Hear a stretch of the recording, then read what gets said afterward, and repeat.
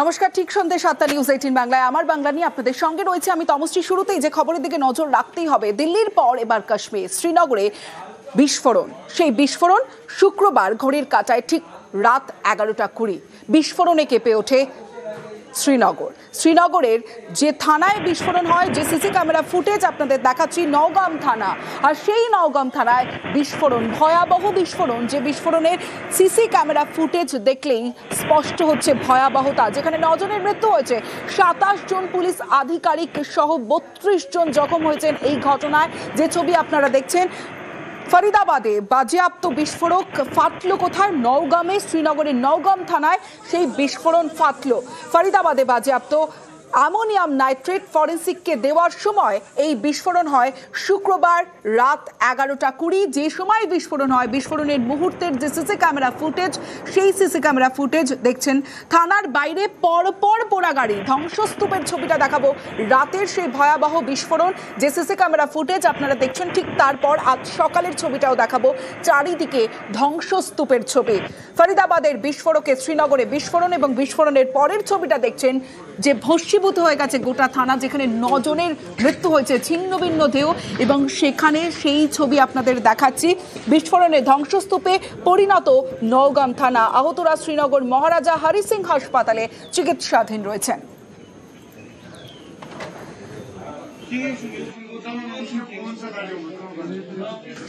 Last night, around 11:20 p.m., an accidental explosion has taken place.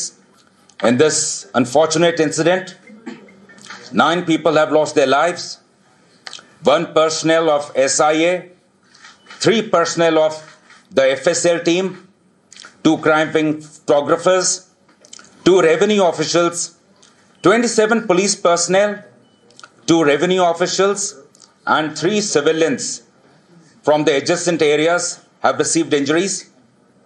The injured were immediately evacuated to the nearest hospital.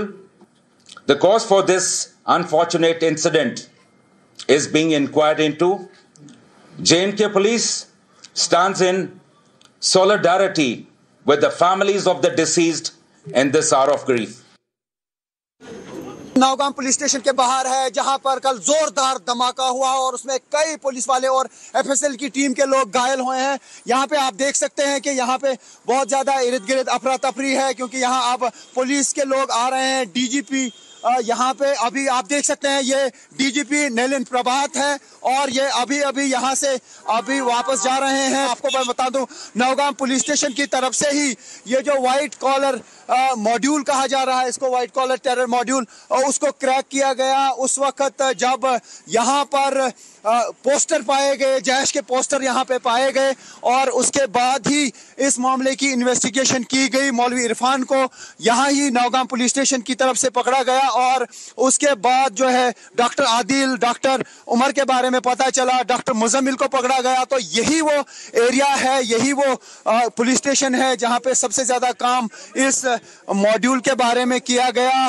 क्या यहाँ पर कोई ऐसा सबूत तबाह तो नहीं हुआ जो इस केस को क्रैक करने में, फर्दर क्रैक करने में बाधा उससे पड़े? ऐसा अभी इंफॉर्मेशन नहीं है। कैसे ये बारूदी मवाद फटा, कैसे ये अमोनियम नाइट्रेट फटा, जो बताया जा रहा है कि इसमें अमोनियम नाइट्रेट भी था। तो ये आप देख सकते हैं कि यहाँ पे अभी आईजी भी पहुंच चुके हैं। ये जम्मू कश्मीर पुलिस के आईजी हैं, वीके बिरदी हम देख पा रहे हैं, वो भी यहाँ पे हैं। থানায় বিস্ফোরণ, ফের গাফিলতির প্রশ্ন, কারণ দিল্লি বিস্ফোরণের পরও একাধিক প্রশ্ন উঠে গিয়েছিল। এখন নওগাম থানায় মজুদ বিস্ফোরকেও বিস্ফোরণ, আর সেখানেও পুলিশের দুর্ঘটনা তত্ত্ব। পুলিশ বলছে দুর্ঘটনা ঘটেছে, আর সেই তত্ত্বেই বড় প্রশ্ন। গাফিলতিতেই থানায় বিস্ফোরণ, এই প্রশ্ন উঠছে কারণ একটা বিস্ফোরণের পর একাধিক প্রশ্ন উঠে যায়। মৈত্রেয়ী ভট্টাচার্য রয়েছে আমার সঙ্গে। মৈত্রেয়ী, দেখো, এই বিস্ফোরণের পর গাফিলতির প্রশ্ন ওঠাটা খুব স্বাভাবিক, তার কারণ ঘটনা পরম্পরা আসতে থাকবে। যদি দেখা যায় যে হয়েছিল এই থেকে মুদাম্মিলের একটি ভাড়া নেওয়া ঘর থেকে, সেখান থেকে এটি বাই রোড জম্মু কাশ্মীরে নিয়ে ফরেন্সিক পরীক্ষা করার সময় বিস্ফোরণ ঘটে। এবার বেশ কিছু প্রশ্ন উঠছে, তার মধ্যে প্রথম প্রশ্নটা হচ্ছে যে এতদিন বাদে বিস্ফোরণ কেন হঠাৎ করে এরকম বিস্ফোরণ ঘটলো? তাহলে কি এই বিস্ফোরক হ্যান্ডেল করার সময় প্রয়োজনীয়তা সচেতনতা মানা হয়নি? সাধারণভাবে বেশি পরিমাণের এক্সপ্লোজিভের যখন ফরেন্সিক পরীক্ষা করা হয় তখন সেটা দিনের বেলায় করা হয়, তাহলে রাত 11টার পরে কেন এই ফরেন্সিক পরীক্ষা করা হচ্ছিল বা ফরেন্সিক নমুনা সংগ্রহ করা হচ্ছিল সেই প্রশ্নও কিন্তু উঠছে। ফলে সব মিলিয়ে প্রশাসনের বিরুদ্ধে একাধিক প্রশ্ন উঠছে, কোথাও গাফিলতি ঢাকার জন্যই এই তথ্য দেওয়া হচ্ছে কিনা, যেটা অ্যাক্সিডেন্টাল ব্লাস্ট, সেই প্রশ্নটা কিন্তু উঠছে। যদি প্রশাসন এখনো পর্যন্ত এই বিষয় নিয়ে তাদের সেই স্ট্যান্ডেই দাঁড়িয়ে রয়েছে যে এটা অ্যাক্সিডেন্টাল ব্লাস্ট এবং এক্ষেত্রে কারোর গাফিলতি রয়েছে কিনা সেটা এখনো পর্যন্ত প্রকাশ্যে স্বীকার করেনি। বেশ মৈত্রী।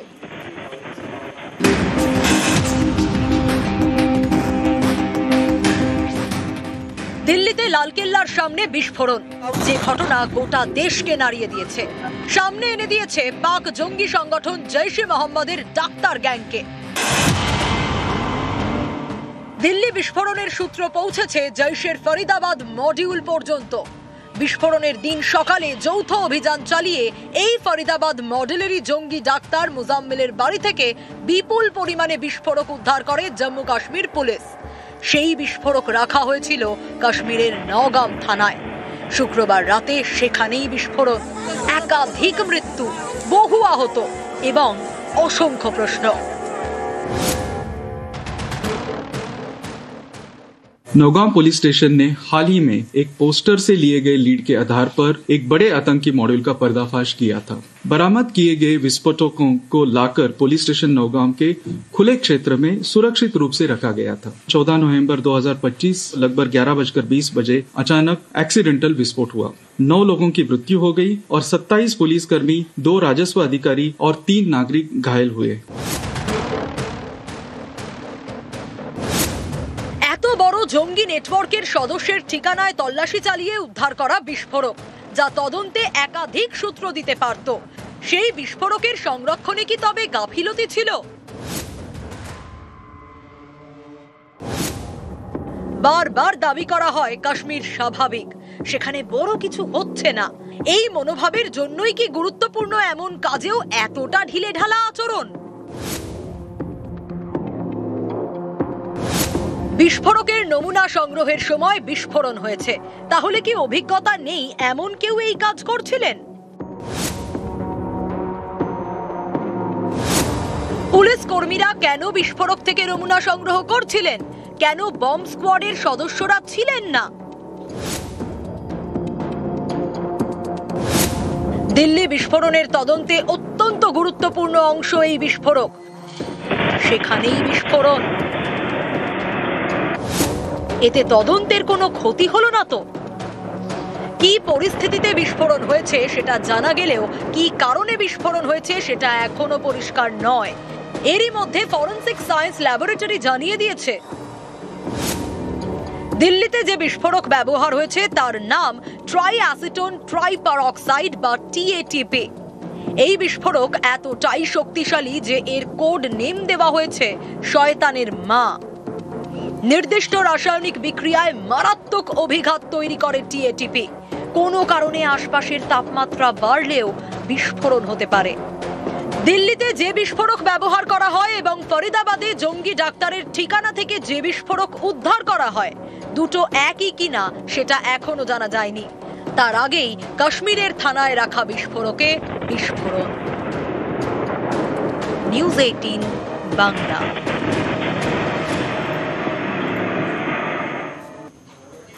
আপনারা শুনলেন, বারবার বলা হচ্ছে যে দিল্লি বিস্ফোরণে ব্যবহার করা হয়েছে টিএটিপি, মারাত্মক বিস্ফোরক।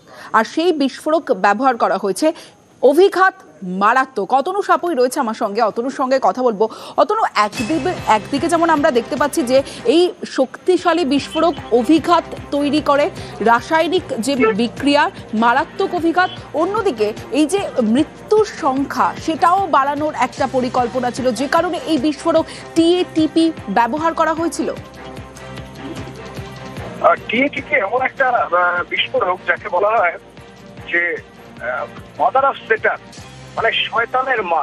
মানে এটা এতটাই অভিঘাত, এটার যে খুব কম সময়ের মধ্যে অনেকটা জায়গায় এর একটা অভিঘাত তৈরি হতে পারে। এবং এটা তৈরি করতে গেলে যে খুব বিরাট কিছু জিনিসপত্র কিনতে হবে এরকম নয়।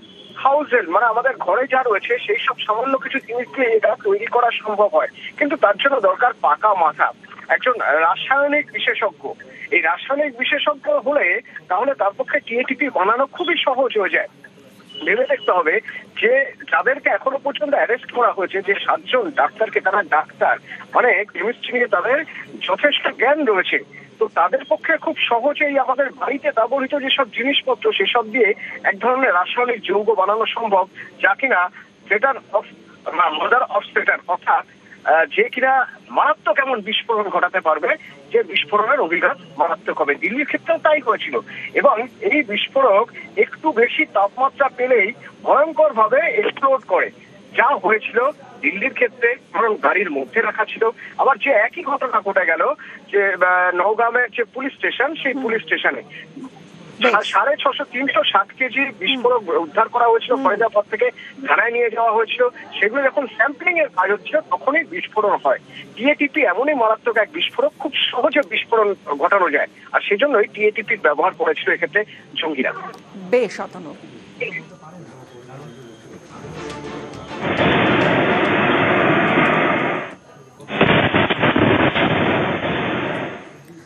দিল্লিতে কার বিস্ফোরণ, আর সেই কার বিস্ফোরণের মুহূর্তের ছবি যেমন আপনাদের দেখিয়েছিলাম, আরও একটা ভিডিও ভাইরাল হয়েছে। কি সেই ভিডিও? যেখানে মেট্রো স্টেশন কেঁপে ওঠে। যে মুহূর্তে এই অভিঘাতটা কতটা তা এই সিসি ক্যামেরা ফুটেজ, যে ভিডিও, সেই ভিডিও দেখলেই স্পষ্ট হবে। সিসি ক্যামেরা ফুটেজ, বিস্ফোরণের মুহূর্তের ছবি। লালকেল্লা মেট্রো স্টেশন, দিল্লির লালকেল্লা মেট্রো স্টেশনের ভিতরে, অর্থাৎ মাটির নিচে যে মেট্রো স্টেশন, সেই মেট্রো স্টেশনও কেঁপে ওঠে। যে ছবি আপনারা দেখছেন স্টেশনের সিসি ক্যামেরা ফুটেজ।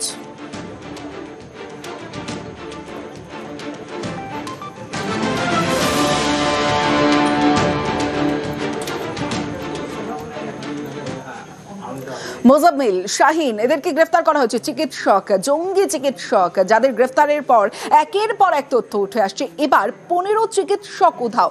মোজাম্মিলের যে কল লিস্ট, সেই কল লিস্ট খতিয়ে দেখা হচ্ছে। দিল্লি বিস্ফোরণের তদন্তের ধরপাকড়। আলফালা বিশ্ববিদ্যালয়ের অন্তত 15 ডাক্তার উধাও। 15 চিকিৎসকের খোঁজে শুরু করেছে ইতিমধ্যে এনআইএ আধিকারিকরা। মোজাম্মিলের সঙ্গে নিয়মিত যোগাযোগ রাখা ডাক্তারদের চিহ্নিত করা হয়েছে, আর সেই চিহ্নিতের পর এবার ধৃত ডাক্তারদের কল লিস্ট দেখে 15 জনের খোঁজ। আত্মঘাতী জঙ্গি উমার নবী আপনাদের মনে করিয়ে দিচ্ছে, এবং মোজাম্মিল যাকে জেরা করা হচ্ছে, জিজ্ঞাসাবাদ করা হচ্ছে, শাহিনকে গ্রেফতার করা হচ্ছে, তাকে জেরা করা হচ্ছে। নিয়মিত যে যোগাযোগ রাখা যে চিকিৎসকরা, 15 চিকিৎসকদের খোঁজ শুরু এনআইএ।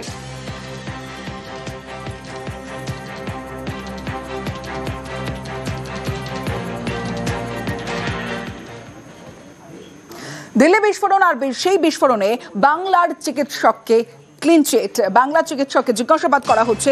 জিজ্ঞাসাবাদের পর ক্লিনচিট এনআইএর। দিল্লি বিস্ফোরণে বাংলা চিকিৎসককে জিজ্ঞাসাবাদ। গতকাল ডালখোলার জনিসর আলমকে জিজ্ঞাসাবাদ করে, এবং জিজ্ঞাসাবাদের পরই ক্লিনচিট। আরো আপডেট দেবে চঞ্চল মোদক রয়েছে আমার সঙ্গে। চঞ্চল, দেখো তনুশ্রী, গতকাল সকালের দিকে জানিসার আলমকে সুজাপুর হাই স্কুলের সামনে থেকে কিন্তু আটক করে শিলিগুড়ি নিয়ে যায় এনআইএ, এবং এনআইএ আটক করে যাওয়ার পরে কিন্তু দেখা গেছে তাকে অনেক একাধিকবার জিজ্ঞাসাবাদ করে, এবং ঘন্টার পর ঘন্টা কিন্তু জিজ্ঞাসাবাদ করা হয়। জিজ্ঞাসাবাদের পরে দেখা গেছে যে আজ দুপুর বিকালের দিকে তাকে ছেড়ে দেওয়া হয়। তবে পরিবার সূত্রে যেটা জানা গেছে যে দিল্লির যে বিস্ফোরণ কাণ্ড, সেই বিস্ফোরণ কাণ্ডের থেকে কিন্তু এই জানিসারকে কিন্তু জিজ্ঞাসাবাদের জন্য এনআইএ আটক করে নিয়ে গেছিল। তবে দীর্ঘ কয়েক ঘন্টা ফিরে যাওয়ার পর আজ যখন বিকালের দিকে জানিসার আলমকে ক্লিন চিট দেওয়াতে কিন্তু পরিবারের সদস্যরা অনেকটাই স্বস্তিতে রয়েছে বলে জানা গিয়েছে।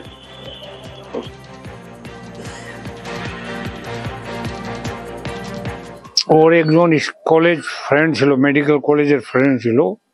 1 বছর আগে ওর সঙ্গে কথা হয়েছিল। তো ওই ছেলেটা নাকি দিল্লি যে বাম বাস্টিং হয়েছে ওতে ইনভলভমেন্ট ওকে দেখাচ্ছে, এখন প্রুফ নাই, দেখাচ্ছে। তো ও অ্যারেস্ট হয়েছে। তো ওরই নাম্বারটা দেখে ওকে নিয়ে গেছিল, জিজ্ঞাসাবাদ করে যেটা চিন্তায় নিয়ে গেছিল ওটা কোনো রকম নেগেটিভ পালো না, তারপরে ওকে ছেড়ে দিয়েছে। তদন্ত সঠিক হয়েছে।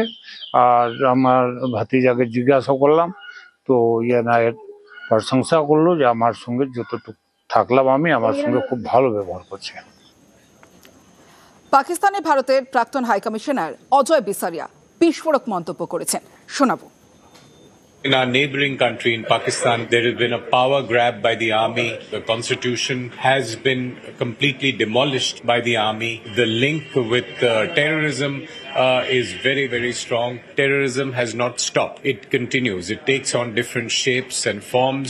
White collar or white coat terrorism. Indian agencies and security agencies have known for a while that there have been several sleeper modules that have been present in India, and these can be activated to mount acts of terrorism. The terrorism that we've seen has cross-border linkages.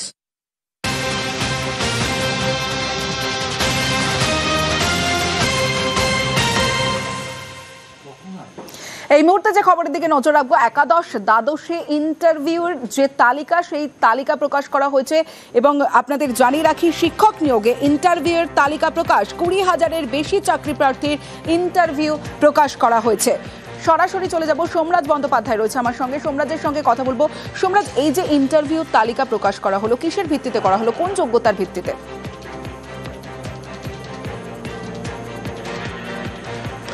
দেখো, কিছুক্ষণ আগেই school service কমিশনের তরফে একাদশ দ্বাদশ শিক্ষক নিয়োগের ইন্টারভিউয়ের তালিকা প্রকাশ করা হয়েছে। তবে আপাতত কমিশনের তরফে যেটা জানানো হচ্ছে, পরীক্ষার্থীরা তারা নিজেরাই শুধুমাত্র দেখতে পাবেন যে তারা ইন্টারভিউয়ের জন্য ডাক পেলেন নাকি। অর্থাৎ তিনি তার রোল নাম্বার এবং যে রেজিস্ট্রেশন নাম্বার বা রোল নাম্বার এবং তাদের নাম বা তাদের জন্ম তারিখ দিলেই, এসএসসির ওয়েবসাইটে দিলেই তারা দেখতে পাবেন আপাতত যে তারা ইন্টারভিউয়ের জন্য ডাক পেলেন কি পেলেন না। কিন্তু সার্বিকভাবে কমিশনের ওয়েবসাইটে যে তালিকা দেওয়ার কথা রয়েছে বিষয় ভিত্তিক, অর্থাৎ সংশ্লিষ্ট প্রার্থীর নাম, তার রোল নাম্বার, তিনি লিখিত পরীক্ষায় কত নম্বর পেয়েছিলেন, শিক্ষাগত যোগ্যতার নিরিখে তিনি কত নম্বর পেলেন, পাশাপাশি শিক্ষকতার অভিজ্ঞতার ওপর তিনি কত নম্বর পেলেন, এই যে সার্বিক তালিকা 36টি বিষয়, সেই সার্বিক তালিকা প্রকাশ পেতে আরও কিছুটা সময় লাগবে। কিন্তু আপাতত কমিশন যে জায়গা করে দিল সেটি হচ্ছে পরীক্ষার্থীরা তারা তাদের নিজেদের মতো করে ওয়েবসাইটে গিয়ে তাদের রোল নাম্বার, জন্ম তারিখ দিলেই তারা জানতে পারবেন যে তারা ইন্টারভিউয়ের জন্য ডাক পেলেন নাকি। আপাতত কমিশন এই ব্যবস্থা চালু করে দিল। কমিশনের তরফে জানানো হচ্ছে, যেহেতু কমিশনের ওয়েবসাইটে একসঙ্গে একাধিক প্রার্থী তারা আসছেন, ভিজিট করছেন, গড়ে প্রায় 50,000 ভিজিট করছে, ফলত কমিশনের ওয়েবসাইটে বিষয় ভিত্তিক সম্পূর্ণ তালিকা, অর্থাৎ সবাই সবার নাম বা তালিকা দেখতে পাবেন, সেই তালিকা প্রকাশ করতে আরও কিছুটা সময় লাগবে। পাশাপাশি যেটা কমিশনের তরফে আরও জানানো হচ্ছে যে এই যে 12,000-এরও বেশি শূন্যপদ রয়েছে একাদশ দ্বাদশের শিক্ষক নিয়োগের জন্য, তার জন্য 20,000-এর কাছাকাছি প্রার্থীকে ইন্টারভিউতে ডাকা হয়েছে। বিষয় ভিত্তিক কত প্রার্থীদের ইন্টারভিউতে ডাকা হলো সেটা পূর্ণাঙ্গ তালিকা প্রকাশের পরেই স্পষ্ট হবে। কিন্তু যেটা জানা যাচ্ছে কমিশন সূত্রে, 12,000-এরও বেশি শূন্যপদের জন্য 20,000-এর কাছাকাছি প্রার্থীদের ডাকা হয়েছে ইন্টারভিউয়ের জন্য। ইন্টারভিউ কবে থেকে শুরু হবে, আগামী সপ্তাহ থেকে, সেই সময়সীমাটাও দিয়ে দেওয়া হচ্ছে কমিশনের ওয়েবসাইটে। আর কিছুক্ষণ বাদই কমিশনের ওয়েবসাইটে সেটাও দেখা যাবে এবং যেটা জানা যাচ্ছে আগামী সপ্তাহ থেকেই ইন্টারভিউ প্রক্রিয়া শুরু করা হচ্ছে, রিজিয়ন ভিত্তিকে ইন্টারভিউ শুরু হবে। তবে যারা এখন কমিশনের ওয়েবসাইটে গিয়ে তাদের রোল নাম্বার এবং জন্ম তারিখ দেবেন তারা জানতে পারবেন যে তারা ইন্টারভিউতে ডাক পেলেন নাকি। কিন্তু যে একাদশ দ্বাদশের তো ইন্টারভিউর যে তালিকা, সেই তালিকা প্রকাশ করা হলো, নবম দশমের রেজাল্ট, সেই রেজাল্ট কবে বেরোবে?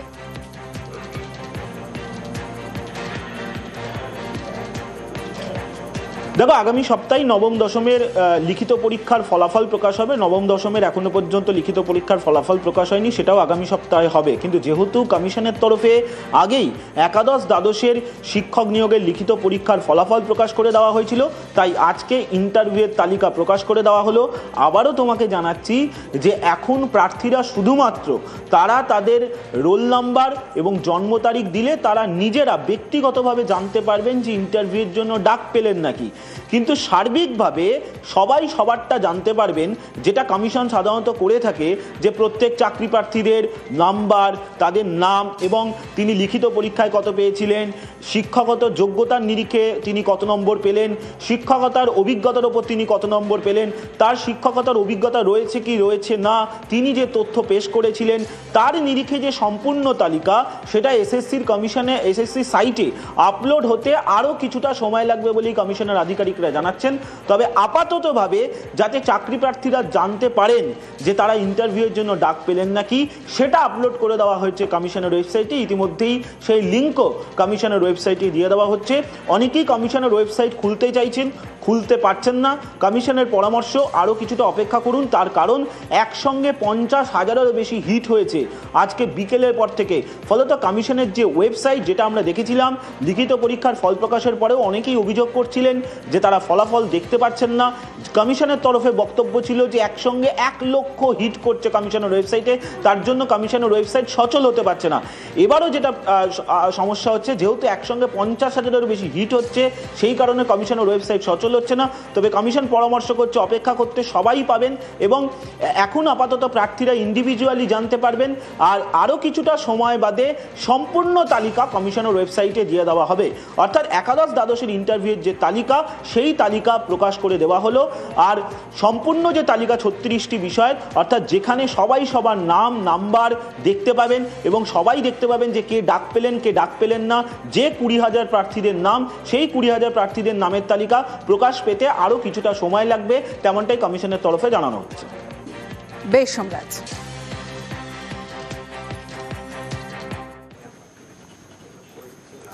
সল্টলেকের সোনা ব্যবসায়ীকে অপহরণ, খুন, এই ঘটনায় এবার যাত্রাগাছি থেকে তার দেহ উদ্ধার হয়েছিল। এবার যে ব্যবহৃত যে গাড়ি, সেই গাড়ি বাজেয়াপ্ত করলো পুলিশ। 28 অক্টোবর রাত 8:35 নিউ টাউনে যাত্রাগাছির রাস্তায় নীলবাতির গাড়ি, সিসি ক্যামেরার সেই ফুটেজ আগেই হাতে পায় পুলিশ। 30 অক্টোবর রাতে যাত্রাগাছির খালপাড় থেকে উদ্ধার হয় সোনা ব্যবসায়ী স্বপন কামিল্লার ক্ষতবিক্ষত দেহ। এবার খুনে ব্যবহৃত গাড়িটি বাজেয়াপ্ত করল বিধাননগর গোয়েন্দা শাখার পুলিশ। স্বপন কামিল্লা পশ্চিম মেদিনীপুরের দাঁতনে বাড়ি, সল্টলেকের দত্তাবাদে সোনার দোকান। গত 28 অক্টোবর তাকে অপহরণ করা হয় বলে অভিযোগ। নিয়ে যাওয়া হয় নিউ টাউনের বহুতলে। 30 অক্টোবর নিউ টাউনের যাত্রাগাছি থেকে উদ্ধার হয় ক্ষতবিক্ষত দেহ। রাজগঞ্জের বিডিও প্রশান্ত বর্মনের বিরুদ্ধে খুনের অভিযোগ করে পরিবার, যার ভিত্তিতে এফআইআর হয়। এফআইআর করেছেন মনে হচ্ছে প্রশান্ত বর্মন বিডিও। এটার থেকেই বোঝা যাচ্ছে যে এখানে চক্রান্তকারী ষড়যন্ত্র আছে। সোনা ব্যবসায়ী খুনের ঘটনায় ইতিমধ্যেই 3 জনকে গ্রেপ্তার করেছে পুলিশ। বিডিওর গাড়ি চালক রাজু ঢালি এবং বিডিও ঘনিষ্ঠ বলে পরিচিত ঠিকাদার তুফান থাপা, কোচবিহার 2 নম্বর ব্লকের তৃণমূল সভাপতি সজল সরকার, ইনিও বিডিওর ঘনিষ্ঠ বলেই পরিচিত। বিডিওর গাড়ি চালক রাজু ঢালিকে জেরা করে পুলিশ। এরপর ইএম বাইপাস সংলগ্ন এলাকা থেকে উদ্ধার করা হয় গাড়ি, যে গাড়িতে স্বপন কামিল্লাকে সল্টলেকের দত্তাবাদ থেকে নিউ টাউনের বহুতলে তুলে আনা হয় বলে অভিযোগ। খুনের পরে দেহ লোপাট করা হয় এই গাড়ি করেই। এখানেই নিহত সোনা ব্যবসায়ীর পরিবারের প্রশ্ন। খুনের ঘটনায় 3 জনকে গ্রেপ্তার করা হয়েছে। খুনে ব্যবহৃত গাড়ি বাজেয়াপ্ত করা হয়েছে বলে দাবি, কিন্তু খুনে অভিযুক্ত বিডিও প্রশান্ত বর্মনকে কেন গ্রেপ্তার করা হচ্ছে না? বিডিওর বিরুদ্ধে পুলিশ কেন পদক্ষেপ করছে না? সবাই গ্রেপ্তার হচ্ছেন, কিন্তু প্রশান্ত বর্মা ও বিডিও, আমার স্বামী যে হত্যাকারী, সে গ্রেপ্তার হচ্ছে না কেন? আমি চাই প্রশান্ত বর্মা ও বিডিও সে গ্রেপ্তার হয়।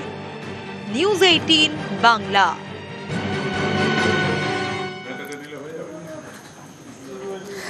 দিনহাটার একটা ছবি দেখাবো আপনাদের। দিনহাটায় হুড়মুড়িয়ে ভাঙলো সেতু। ছবিটা দেখুন। প্রথমে যে ছবি আপনাদের দেখাবো, রায়ডাক নদীর উপর যে সেতু, সেই সেতু ভেঙে বিপত্তি। পাথর বোঝাই ডাম্পারের চাপে ভাঙলো সেতু। দিনহাটার আমবাড়ি খেরবাড়ি সংযোগকারী এই সেতু। অসমেও যাতায়াতের ভরসা ছিল এই সেতু। সেতু ভেঙে যোগাযোগ বিচ্ছিন্ন এবং সাধারণের নিত্যযাত্রীদের ভোগান্তি। দিনহাটায় হুড়মুড়িয়ে ভাঙলো সেতু। যে ছবি আপনাদের দেখাচ্ছি, রায়ডাক নদীর উপর যে সেতু, সেই সেতু ভেঙে বিপত্তি। এই সেতু যাতায়াতের ভরসা ছিল অসমেও, সেতু ভেঙে যোগাযোগ বিচ্ছিন্ন, ভোগান্তি। এবং কিভাবে ভেঙেছে সেতু সেই ছবি আপনারা দেখছেন। দিনহাটার সেতু ভেঙে যোগাযোগ বিচ্ছিন্ন, ভোগান্তি।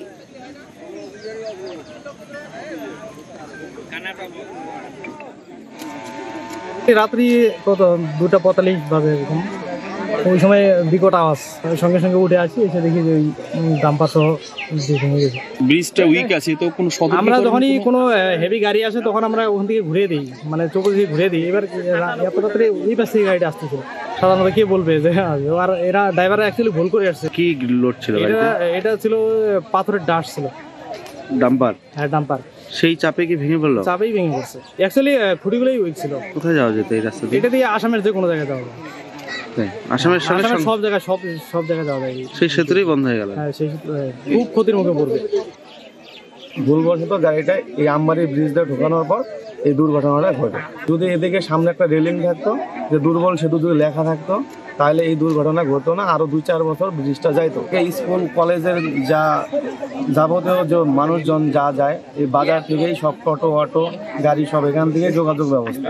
এখন যদি এই জায়গা থেকে যাইতে না পারে, তাহলে মানুষ খুব দুর্ভোগে ভোগবে। অতি তাড়াতাড়ি যেন আমাদের সাতকোটার ব্যবস্থা করে দেয়, তারপর ব্রিজটা এরা চিন্তা ভাবনা করে কিভাবে করবে সেটা প্রশাসনের উপর দায়িত্ব দিয়ে দেবো।